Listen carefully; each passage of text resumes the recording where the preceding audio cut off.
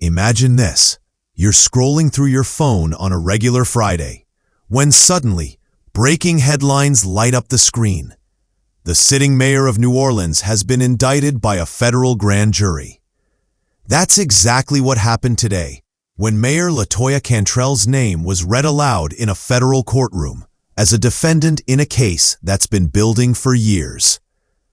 No charges had been publicly confirmed at the moment of the announcement, but the scene marked a dramatic turn for the city's highest elected official and the latest development in a long-running corruption investigation. According to her attorney, Eddie Castang, Cantrell's indictment was confirmed shortly before 1 p.m. at the Hale Boggs Federal Building in downtown New Orleans. Federal prosecutors have not yet unsealed the formal charges, but a news conference was scheduled for later in the day. What is clear is that the mayor's name was officially listed in the proceedings, making this a historic and politically seismic moment for a city that's seen its share of political turbulence. LaToya Cantrell, who made history as the first woman to serve as mayor in New Orleans' 300-year history, is currently in her second term. She is term-limited and set to leave office in January. Her tenure began with high expectations and a reputation for grassroots leadership, but her second term has been marked by clashes with the city council, declining political alliances, and growing scrutiny from federal investigators. The investigation into Cantrell has been ongoing for years, reportedly looking into her spending habits, political activities, and other alleged misconduct while in office. While details of the indictment remain under wraps, it's widely believed that this case is the culmination of that wide-ranging probe. For political observers, today's development is the confirmation of something that's been building quietly behind the scenes for months, if not years. In addition to Mayor Cantrell, her former police bodyguard, Jeffrey Vappie, was also indicted on new charges. Vappie's role in the investigation has drawn attention in the past due to questions about his official duties and his relationship with the mayor. His inclusion in this indictment suggests that prosecutors may be pursuing a broader case involving multiple individuals connected to Cantrell's administration. Despite the growing controversy, Cantrell has long maintained that she has been treated unfairly.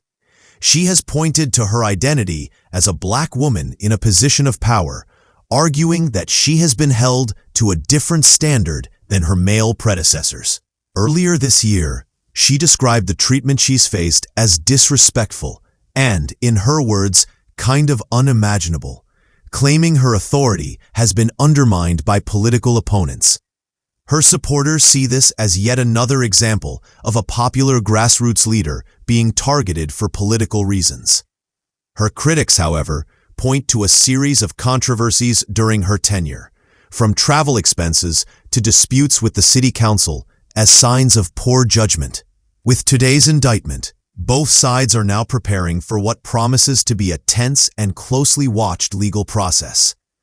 Cantrell's second term has been defined by political battles, including surviving a 2022 recall effort. But even as she fought to stay in office, voter-approved changes to the city charter reduced the powers of the mayor's office, further weakening her position. Those changes shifted some authority to the city council, limiting her control over certain decisions and resources. Her once strong civic profile has dimmed in recent months. Cantrell's last post on her official social media account was back on July 15th, highlighting a decline in crime rates, a rare positive headline in a period otherwise filled with political and legal challenges. For many residents, today's indictment represents a stark contrast between her early promises and the reality of her later years in office. The federal courthouse scene today was brief but significant. A member of the grand jury addressed Magistrate Judge Eva J. Dossier, confirming Cantrell as a named defendant in freshly filed charges. However, The indictment itself had not yet been filed with the court clerk, leaving reporters, political analysts, and the public waiting for the specifics.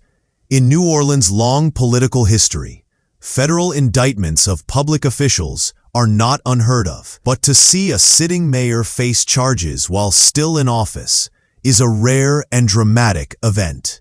It raises immediate questions about governance, stability, and the political future of the city at a time when residents are already grappling with economic and social challenges.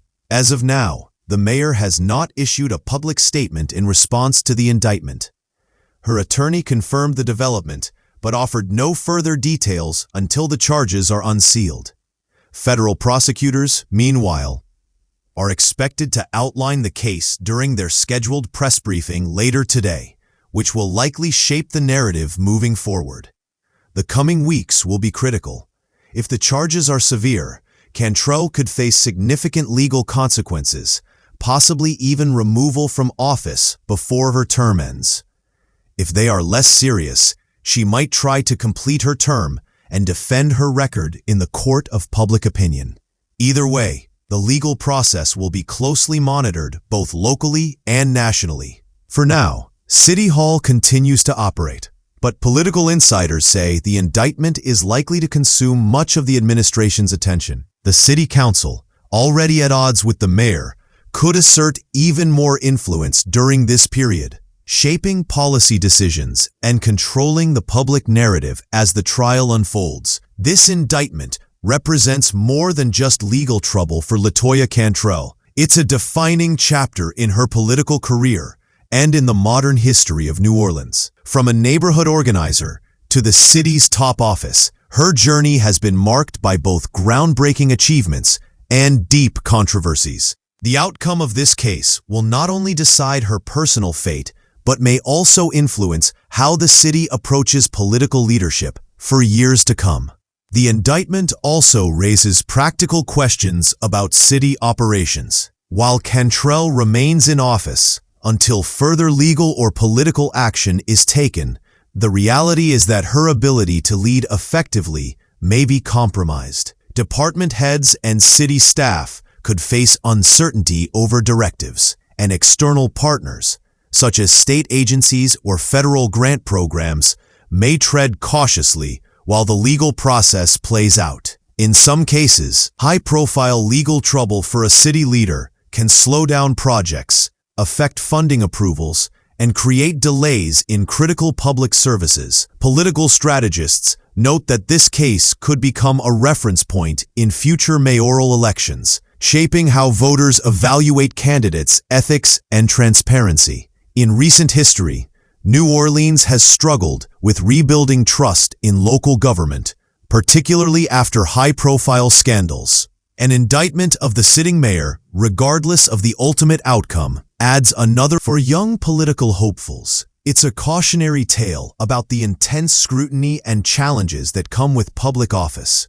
Legal experts explain that once the indictment is unsealed, the timeline for proceedings can vary widely. Cantrell and her legal team may request more time to prepare their defense, and prosecutors will need to present their evidence in court. Federal cases can take months or even years to reach a verdict. During that time, the mayor will still technically hold office unless she resigns or is removed through official channels. That dynamic will test both the legal and political frameworks of New Orleans. Public reaction so far has been a mix of shock, disappointment, and, among some residents, resignation that political controversy has once again touched City Hall. In the French Quarter, local business owners expressed concern that the headlines could overshadow efforts to attract tourism and investment. Community leaders are calling for transparency and urging that the city's day-to-day needs,